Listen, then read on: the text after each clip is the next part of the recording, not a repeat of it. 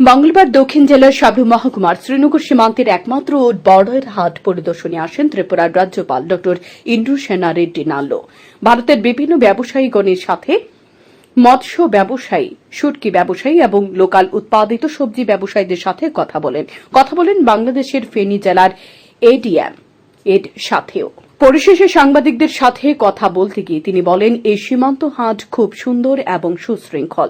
তিনি সীমান্ত হাটে সার্বিক সাফল্য কামনা করেন এবং দুই দেশের মানুষের মধ্যে পারস্পরিক সম্পর্ক যেন আরো দৃঢ় হয় সেদিকে লক্ষ্য রাখার আহ্বান জানান।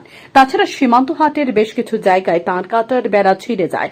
এ সম্পর্কে সাংবাদিকদের এক প্রশ্নের উত্তরে রাজ্যপাল ড ইন্দ্রসেনা রেড্ডি নাল্লু জানান, এ বিষয় নিয়ে অবশ্যই কথা বলবেন।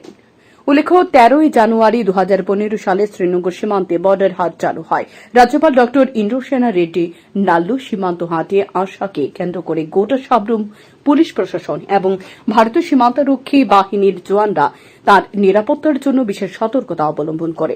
ত্রিপুরার রাজ্যপাল ড ইন্দ্রসেনা রেড্ডি নাল্লুর সফরকে ঘিরে সীমান্ত গ্রামগুলিতে ছিল বিশেষ নিরাপত্তার ব্যবস্থা।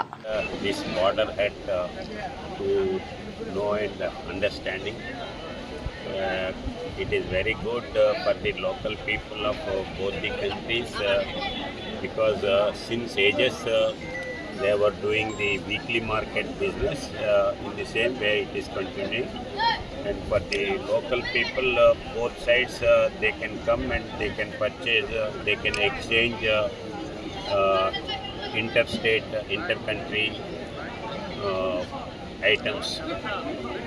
Mainly the items prepared and produced locally, whether it is eatable items, snacks, or the local produce of fruits, vegetables, and handmade products that I have seen, and I am happy both the countries with coordination they are doing this, maintaining this one very neatly and